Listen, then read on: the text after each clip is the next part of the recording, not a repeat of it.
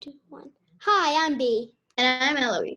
And we're B and Eloise's guest star show. And today our special guest is Clarissa Cruz, a journalist from Los Angeles, California. Hi. Hi, Claire. Hi. Hi. Thanks for having me on your show. Great. Thanks for agreeing to be on the show. So let's move on to the first question. Yeah, I'm on the first question.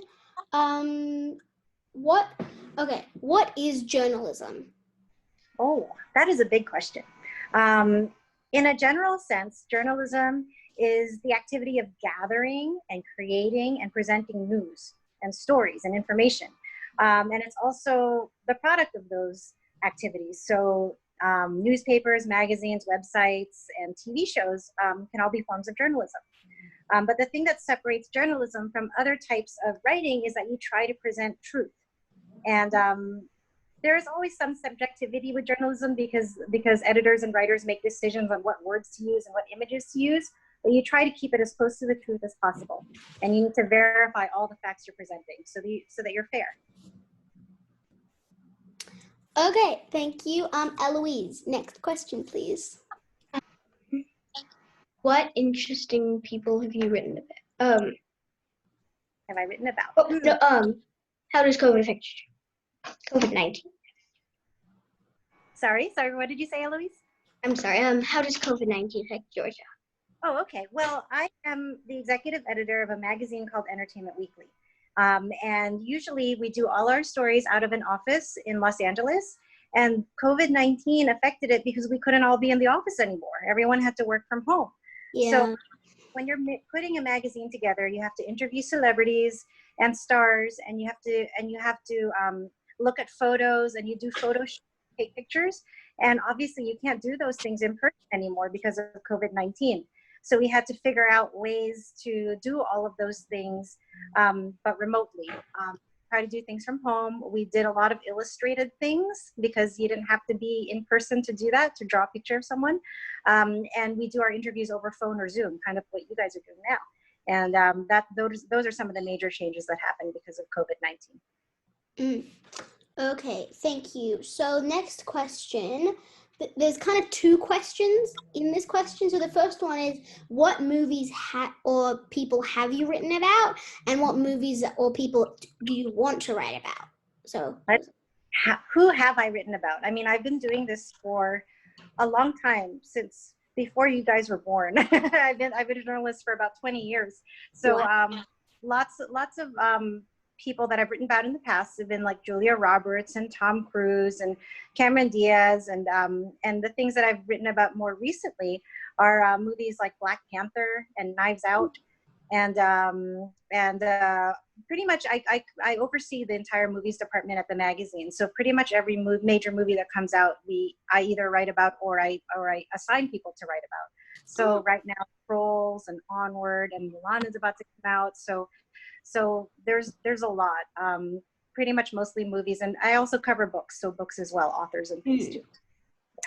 And this kind of second question to it, what movies or people would you want to write about? Like, that I haven't. Let's see. There's a lot of stuff that's coming out because of COVID-19. There's another change that's happened, is that a lot of movie release dates got pushed to the end of the year or got pushed to next year. So some of the things that I'm looking forward to writing about in the future when they come out are, there's a movie called Dune coming out in December, and that has Timothée Chalamet and Zendaya in it. I might have seen that one. Sorry? I think I might have seen an ad for that. Yes, you probably have, because the trailer was out. There's a funny movie called Free Guy coming out in December, and that has Ryan Reynolds and Taika Waititi in it. That looks really funny. And then Top Gun was supposed to come out this summer. Top Gun is a movie from a long time ago, and they're doing a new one. And that's I think pushed until the end of this year as well. So yeah, those are some things I want to write or edit. Thank you. And Eloise, do you want to do the last question? Could you give us some? No, it was what celebrities have you? Oh yes, what celebrities have you? Well, What celebrities have I met? That Well, we might be familiar with. that you might, I know some of these, some of the ones are older. So I think some of the celebrities that you might be familiar with are Beyonce and Jennifer Lopez and Chris Evans. He played Captain America. I interviewed him in Toronto, where you guys are. Ooh. I interviewed him at the Toronto Film Festival when I was there in September. Oh yeah, I remember that. Yeah, and he was very nice. Let's see, who else? Michael B. Jordan. Do you know who that is? I think I did. Yeah, he was in Black Panther. Let's see. Yeah, those are some of the big ones. Scarlett Johansson. She's also in the Avengers. All those Avengers people are really nice. Okay, thank you. And that was the last question, but we kind of had an add-on question that we were thinking about. Could you give us like any tips for interviewing? Yes. We need Yeah. to. Well, I've been interviewing for a long time, and some of the things I've learned are really very simple. The first thing is you want your interviewer to be comfortable.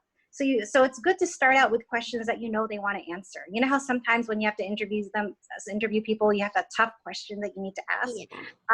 Don't start out with the hardest question. Start out with something that makes them comfortable and gets them talking. And you want things because you want your subject to trust you, and you want it to feel like a conversation.